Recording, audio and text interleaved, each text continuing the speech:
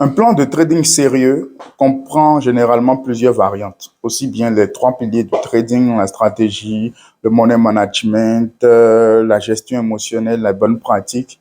Mais il y a une chose particulièrement que je voudrais essentiellement aborder au cours de cette vidéo, c'est ce que moi, en ce qui me concerne mon plan de trading, j'ai l'habitude de faire après une perte. C'est une question qui revient très souvent. À coach, lorsque tu perds, qu'est-ce que tu as l'habitude de faire? Comment est-ce que tu te comportes sur les marchés? Comment est-ce que tu fais? Parce que tout le monde est exposé aux pertes. Et d'ailleurs, il faudrait que dans tout plan de trading, il y ait clairement la partie où on parle des pertes. Parce que c'est une évidence. Il faut s'apprêter à ça. Il faut planifier ça, pas parce qu'on s'attend à perdre forcément, mais parce qu'on sait que c'est une évidence. Et autant l'apprêter pour ne pas improviser lorsque les pertes vont venir, lorsque nous serons sur le marché. Avant d'en parler, si c'est pour la première fois que tu tombes sur l'une de mes vidéos, je t'invite déjà à t'abonner sur ma page Facebook ou YouTube, ça dépend d'où tu reçois cette vidéo. Activer la cloche de notification pour recevoir des vidéos comme celle-ci où j'aborde des thématiques très importantes, d'accord, qui touchent et qui parlent du trading. Alors, si tu as envie de nous suivre plus régulièrement, d'accord, suivre nos capsules que nous partageons en statut, alors tu n'as qu'à écrire ton nom et ton prénom via WhatsApp au plus 229 97 20 31 88 pour être enregistré, pour pouvoir nous suivre régulièrement et plus fréquemment. Et si tu as envie de pratiquer un bon trading, si tu as envie de te lancer dans une carrière de trading, ou si même tu as l'habitude de faire du trading et que tu n'as pas encore de bons résultats, tu n'as pas pu encore standardiser tes résultats, les stabiliser et tu as envie d'apprendre les bases et les piliers, le fondement d'un bon et sérieux trading, alors tu peux t'orienter vers notre prochaine session de formation qui commence à partir du 14 novembre où nous animerons deux sessions, celle en ligne pour les personnes qui sont éloignées et celle physique des personnes qui sont à proximité et pour lesquelles les places sont vraiment limitées. Écris simplement formation au plus 229 97 20 31 88 si tu es intéressé.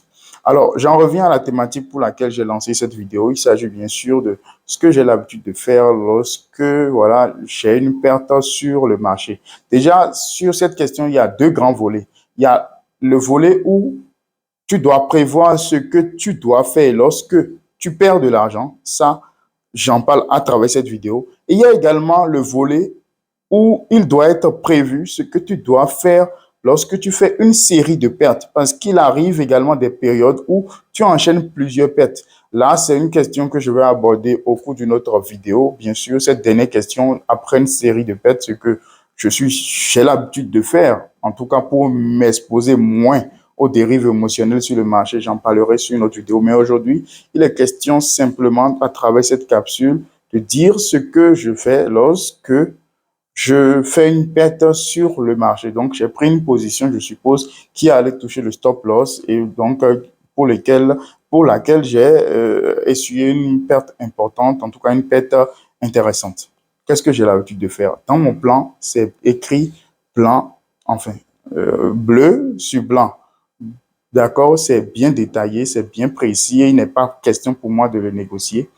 Lorsque moi, j'encaisse une perte, d'accord, sur une position, il n'est pas possible pour moi de chercher une opportunité. Je dis bien, écoutez-moi, il n'est pas possible pour moi de chercher une opportunité dans les 2 et les 3 prochaines heures qui vont suivre. Je ne sais pas si vous me comprenez ou s'il faudrait que je reprenne. S'il le faut, je reprends. Lorsque je paie un trade, c'est-à-dire en stop loss, je ne compte pas mes trades en cours. Mais lorsque mon trade a touché le stop loss, j'ai encaissé une perte, je ne cherche pas d'opportunité. Même si je sens qu'il y a des opportunités qui sont pratiquement prêtes, d'accord, je ne prends pas d'opportunité. Ça, c'est ce que mon plan m'exige de faire, d'accord. Je ne prends pas d'opportunité dans les 2-3 heures qui vont suivre, d'accord, la perte d'une unité de position. Parce que de mes précédentes observations, bien sûr, ce plan n'a pas été élaboré parce que je me suis levé un jour et j'étais inspiré, non. Cela a été élaboré sur la base d'un journal qui a été bien et minutieusement exploité pour en arriver à un bilan, pour observer des choses dans mes agissements, pour observer des choses dans mes précédentes erreurs, celles-là qui m'ont m'ont amené, d'accord, à perdre des parties intéressantes de mon capital, d'accord. Et donc, c'est ce bilan-là qui m'a orienté vers la rédaction d'un plan. Et pour les personnes qui n'ont pas encore un plan, je vous recommande de ne pas vous précipiter à l'élaborer, à le rédiger. Il ne se fait pas comme ça, mais surtout et exclusivement sur la base d'un journal de trading qui a été bien élaboré, bien exploité. Si vous n'avez pas encore des idées par rapport à ça, vous pouvez vous orienter vers l'achat d'un guide de performance que nous mettons à votre disposition qui vous accompagne dans ce